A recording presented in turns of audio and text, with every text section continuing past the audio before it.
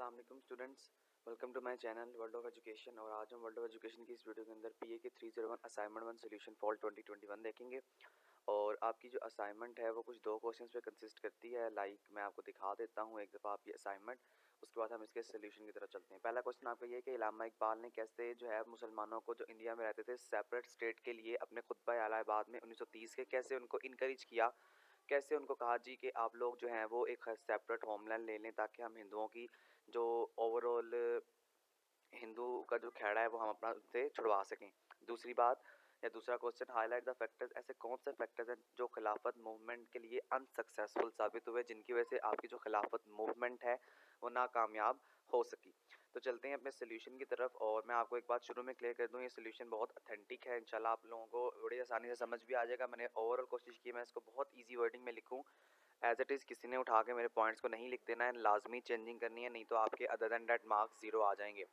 Okay देखें, in this address, इस address में इलामा इकबाल ने क्या किया था, इलामा इकबाल ने सेपरेट होमलैंड के लिए एक आइडिया दिया था, एक कॉन्सेप्ट दिया था, जिसका बेसिक मतलब ये था कि हमारी अपनी आइडेंटिफिकेशन होनी चाहिए। ये अब आप पढ़ लेंगे, मैं सिर्फ आपको समझा रहा हूँ वरना वीडियो बहुत लंबी हो जाएगी। तो इसका मतलब था कि हमारी अपनी एक आइडेंटिफिकेशन होनी चाहिए, हम अपने नाम से जो है वो आइडेंटिफाई किए जा सके कि yes this is the Muslim, ये मुसलमान है, and this is the state of the Muslim, और ये मुसलमानों की स्टेट है। तो इसकी वजह से इलामा इकबाल ने क्या किया था, एक अपनी सेपरेट आइडेंटिफिकेशन की वजह से मुसलमानों को जो है वो इस एड्रेस में बताया था कि हमारी सेपरेट जो तमाम तर जो सेपरेट चीज़ें हैं, ये तमाम सेपरेट स्टेट है वो होना लाजमी है। दूसरी बात ये है कि मुसलमान ये सोचते थे कि हम सेपरेट जो है वो स्टेट में चले जाएंगे और क्या अपने राइट्स को महफूज कर सकेंगे। ये भी बड़ी बात थी, क्योंकि ज़ाहिर सी बात है, आप लोगों को सबको पता है कि मुसलमानों को किसी भी तरह का हक नहीं दिया जाता था, स्पेशली एजुकेशन के अंदर और स्पेशली जो है वो गवर्नमेंट के अंदर। तो वहाँ पे मुसलमानों को अपने राइट्स की तरफ से या अपने हकूक़ को लेने के लिए, हिंदुओं से छीनने के लिए उनको क्या था, उन्होंने सेपरेट स्टेट का जो है वो बयान दिया था, या सेपरेट स्टेट का जो है वो उनसे तकाजा किया था कि हमें अपना एक सेपरेट मुल्क चाहिए जहाँ पर हमारी अपनी गवर्नमेंट हो, हम अपना एजुकेशन सिस्टम इंट्रोड्यूस करवा सकें और अपनी ज़िंदगियों को इस्लाम के मुताबिक गुजार सकें। ब्रिटिश कंट्रोल पे जो है वो सारा कंट्रोल जो है उस टाइम पे गवर्नमेंट जो इंडिया है उसका था, और इंडिया ने जो अंग्रेज़ है उनको मुसलमानों के इतना ख़िलाफ़ कर दिया था कि वो किसी भी चीज़ में मुसलमानों को राइट नहीं दे रहे थे, स्पेशली गवर्नमेंट में और एजुकेशन में। देखिए यहाँ पे मैंने लिखा हुआ है, इसको याद रखिएगा, बड़ा अथेंटिक सोल्यूशन और बड़ा ईजी सा है, आपने इसको चेंज करना है। Allama Iqbal explain the Islam with the major favourite factor in the life history of Indian Muslims.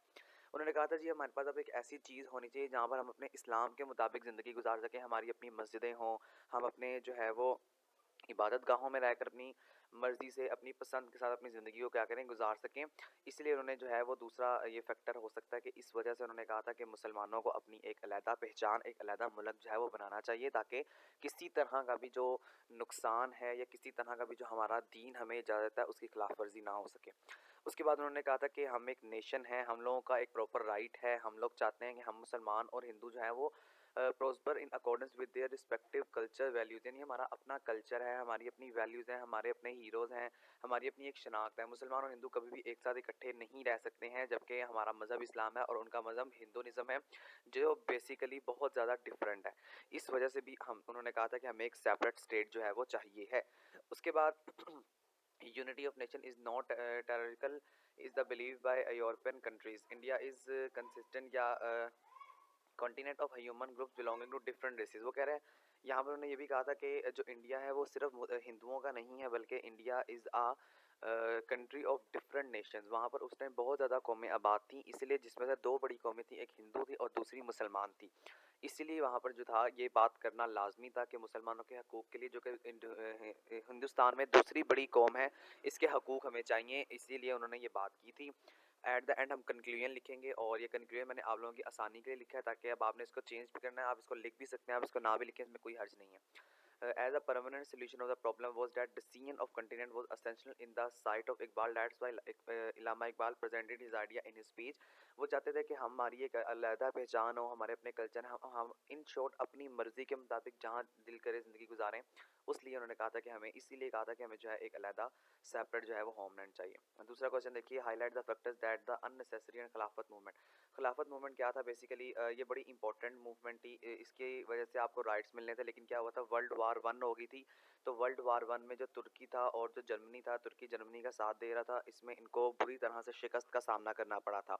उसके बाद क्या हुआ था कि मुसलमानों के खिलाफ करने के लिए जो इंडिया था, इंडिया के जो बड़े बड़े उस टाइम पर वज़ीर आज़म या जो हुक्मरान थे, उन्होंने ये सारा मुद्दा जो है वो मुसलमानों पे डाल दिया था कि इन्होंने इस्लाम की वजह से हमारे साथ इस तरह जंग की है और अंग्रेज़ों के साथ, तो अंग्रेज़ इसके साथ खिलाफ हो गए थे और उन्होंने अपने राइट्स को हटा लिया था, जो हम अभी ऊपर पढ़ के आए हैं, जिसकी वजह से हमने कहा था कि हमें सेपरेट जो है वो मुल्क चाहिए।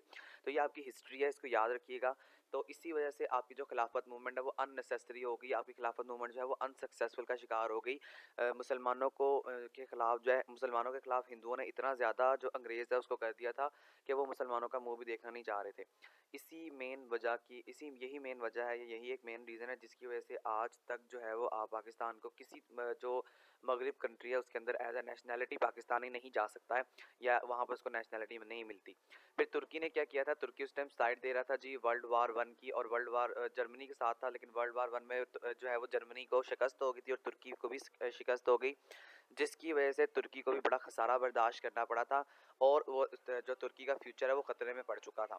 ये बात आपने याद रखनी है। इसी के बाद आपको आगे वो जाके बताएगा कि फिर उन्होंने क्या क्या काम किया था, क्या क्या नहीं किया। मैंने आपके लिए हैंडआउट्स खोल रखे हैं, यहाँ पे आप चेक कर लें एक दफ़ा। लेक्चर 6 के अंदर आपका ये सारा कॉन्सेप्ट मौजूद है। लेक्चर 6 को आप इंशाल्लाह पढ़ें, उसके बाद उसको अपनी वर्डिंग में चेंज करें। वैसे मैंने यहाँ पर आपको ओवरऑल कॉन्सेप्ट दे दिया है, होपफुली ये कॉन्सेप्ट आपका जो है वो क्लियर हो चुका होगा। यहाँ तक कि आपकी असाइनमेंट थी जी, होपफुली आपको तमाम तर चीज़ें जो बातें मैंने समझाई हैं ये समझ आ गई होंगी। एक बात याद रखिएगा, जो मैंने आपको कॉन्सेप्ट दिया है ये आपके पेपर में भी पूछा जा सकता है, तो मेरे इस कॉन्सेप्ट को बार बार अच्छी तरीके से सुने ताकि आपका हर कॉन्सेप्ट जो है बड़ी अच्छी तरह से क्लियर हो जाए। Second bar as usual please मेरे इस चैनल को सब्सक्राइब करना प्लीज़ मत भूलिएगा। सब्सक्राइब करने के बाद बेल आइकन में लाजमी प्रेस कर दें ताकि आपको हर चीज़ का नोटिफिकेशन बर वक्त और सबसे पहले आप तक मेरी वीडियो जो है वो पहुंच सके। Thank you so much. आखिर में आपसे रिक्वेस्ट है, मेरी वीडियो अच्छी लगने पर लाइक और दोस्तों के साथ प्लीज़ शेयर ज़रूर कीजिएगा ताकि मेरा भी कुछ फ़ायदा हो जाए। अल्लाह हाफिज़, थैंक यू सो मच।